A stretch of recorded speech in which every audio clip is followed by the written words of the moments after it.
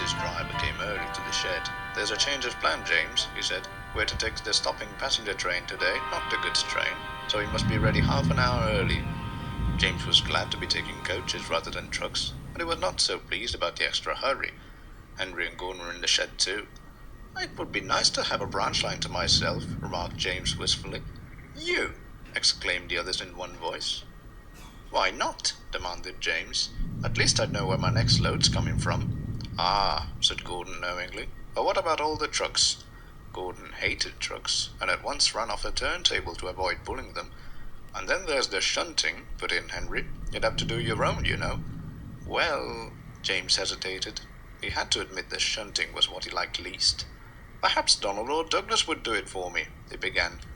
"Or perhaps not," he finished lamely, seeing the pitying looks of the others. "Anyway, branch lines aren't so bad. I can't think why you don't like them, Gordon." "I like my freedom," said Gordon. "I need a good run for my wheels, and scope to use my talents." "You wouldn't understand, little James," he said grandly.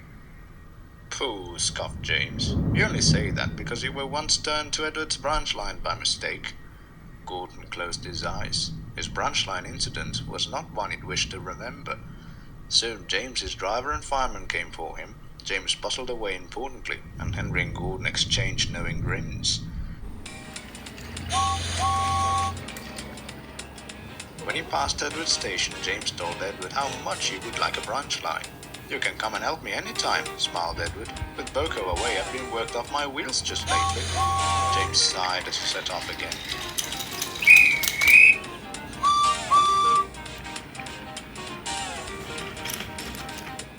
The rest of his journey was uneventful.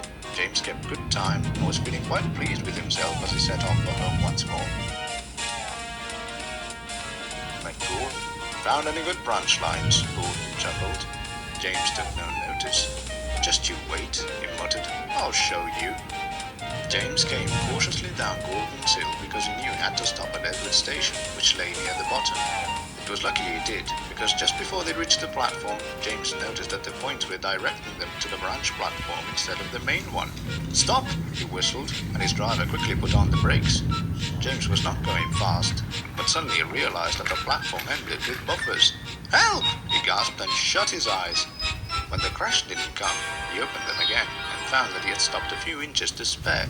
"All right, James," said the fireman. "I'll ask the signalman to put us back on the proper line. I won't be long." The signalman had to reset the points behind James, as the rule said, but when he tried to change them to let James out, he found that he couldn't. He was most apologetic. "The lock must have jammed," he said. "I'm afraid James will have to stay where he is." James was not pleased, and neither were his passengers. Bertie came to take them to their proper destinations, but James stood in the siding with nothing to do for the rest of the day. That evening the Fat Controller came to see him. "I'm sorry, James," he said, "but mending those points is going to take longer than I thought. Meanwhile, Edward needs help, and since you can't, escape, you may as well do something useful." "Yes, sir," agreed James. At first, James quite enjoyed it, but as time went on, knowing exactly what he had to do and when became rather dull. In fact, he was delighted when the points were at last mended and the Fat Controller said he could go back to the big shed. It was late when he reached it. Gordon opened a sleepy eye. "Hello," he said. "You've sorted Edward's branch line out for him, then. That's good." James didn't answer. He didn't go so far as Gordon in thinking that branch lines were vulgar, but he did agree with him on the subject of freedom.